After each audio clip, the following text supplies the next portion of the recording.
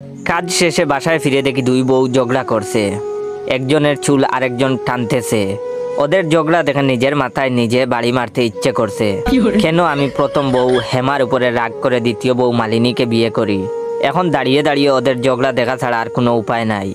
দুই বউ ঝগড়া এতটাই মগ্ন হয়ে আছে যে আমি দরজায় দাঁড়িয়ে তাও কেউ খেয়াল করলো না। অনেকক্ষণ পর ছোট বউ মালিনীর চোখ পড়লো আমার উপরে। সে বলল, জয় তুই এসেছিস। এই বলে আমার দিকে দৌড়ে এলো আর বলল, দেখ এই শয়তান বেটি কি করছে আমার চুল ছিঁড়ে। এই বলে আমায় জড়িয়ে ধরে হাউমাউ করে কান্না শুরু করলো।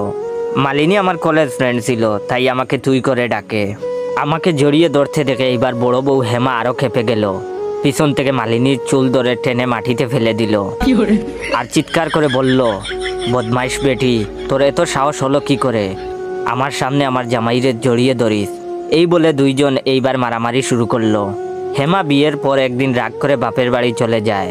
আনতে গেলে বলে, আমি তোমার সাথে যাব না। তখন তারে বলি, না গেলে আরেক বিয়ে করব। হেমা উত্তর দেয়, পারলে করো বিয়ে। তাই বউয়ের উপর রাগ করে দ্বিতীয় বিয়ে করি। সেই দিন থেকে জীবন আমার দুর্বিষহ হয়ে উঠল।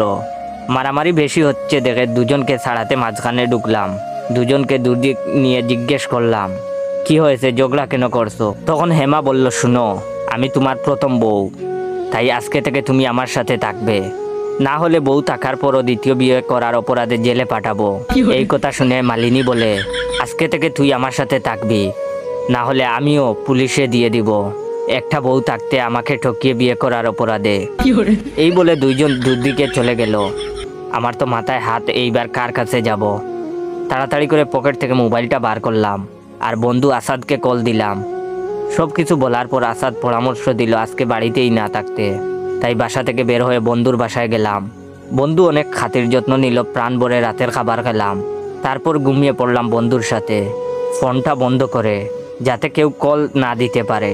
সকাল 9টার দিকে কেউ এসে দরজা খোলার জন্য শোরগোল শুরু করলো। আসাদ সাহেব বাসায় আছেন? আসাদ চুপ কসলাতে কসলাতে বিছানা থেকে উঠল। দরজা খুলতেই দেখলো পুলিশ এসেছে। আমিও পুলিশের কথা শুনে তাড়াতাড়ি রুমের বাইরে গেলাম। তখন পুলিশ বলল, আপনাদের মধ্যে জয় কে? পুলিশের প্রশ্নের উত্তর দিলাম, জি আমি। তখন আমাকে বলল, আপনাকে আমাদের সাথে থানায় যেতে হবে, বড় সাহেবের নির্দেশ। সঙ্গে আসাদকেও। থানায় পৌঁছে দেখি আমার দুই বউ বসে আছে। আমি চমকে উঠলাম ওদের দেখে। জিজ্ঞেস করলাম, তোমরা এখানে কেন? তখন থানার ওসি বলে, তারা দুজন এখানে কি করতে তা আমি বলছি। এই বলে ওসি সাহেব আমার গালে একটা চড় বসিয়ে দিল। মনে হচ্ছে ডান পাশের সবগুলা দাঁত নড়ে চড়ে উঠলো। আমাকে চড় মারতে দেখে বন্ধু আসাদ রেগে মেগে ছুটে আসলো আর বলল, কি ব্যাপার, আপনি আমার বন্ধুকে মারলেন কেন? এই বলতে না বলতে বন্ধু আসাদের গালেও একটা বসে গেল চড়। বন্ধু এইবার মাথা ঘুরে মাটিতে পড়ে গেল। তখন ওসি সাহেব বললেন, এক তো দুই বিয়ে করে, আবার দুই বউ একই বাসায় রেখে বন্ধুর সাথে আড্ডা মারে, দুইটাকে জেলে বড় আর ইচ্ছে মতো লাঠি পিটা করো। তারপর 2 ঘন্টা ধরে লাঠির বাড়ি খেয়ে জানতে পারলাম আমি কালকে বাসা থেকে আসার পর দু বউ আমাকে নিয়ে আবার ঝগড়া লাগে এবং ঝগড়া করতে করতে বাসায় আগুন লাগিয়েছে। আমাকে বারবার কল করেও কেউ কিছু জানাতে পারেনি, ফোন বন্ধ থাকায়। তাই পুলিশ আমাকে ধরে নিয়ে আসে। বিল্ডিংয়ের অন্য পরিবারগুলো আমার নামে মামলা করেন। ক্ষতিগ্রস্ত হয়েছে প্রায় সবাই, তাই ক্ষতিপূরণ হিসেবে 10 লাখ টাকা জরিমানা করে। এইটা জানার পর বন্ধু আসাদকে ইচ্ছে মতো পিটাতে লাগলাম। ওর কথা শুনে আজকে ঘর বাড়ি টাকা পয়সা বউ সব হারালাম। বউ দুইটাও আমাকে ছেড়ে চলে গেল, সাথে 2 বিয়ের অপরাধে 2 বছরের জেলেরও সাজা পেলাম।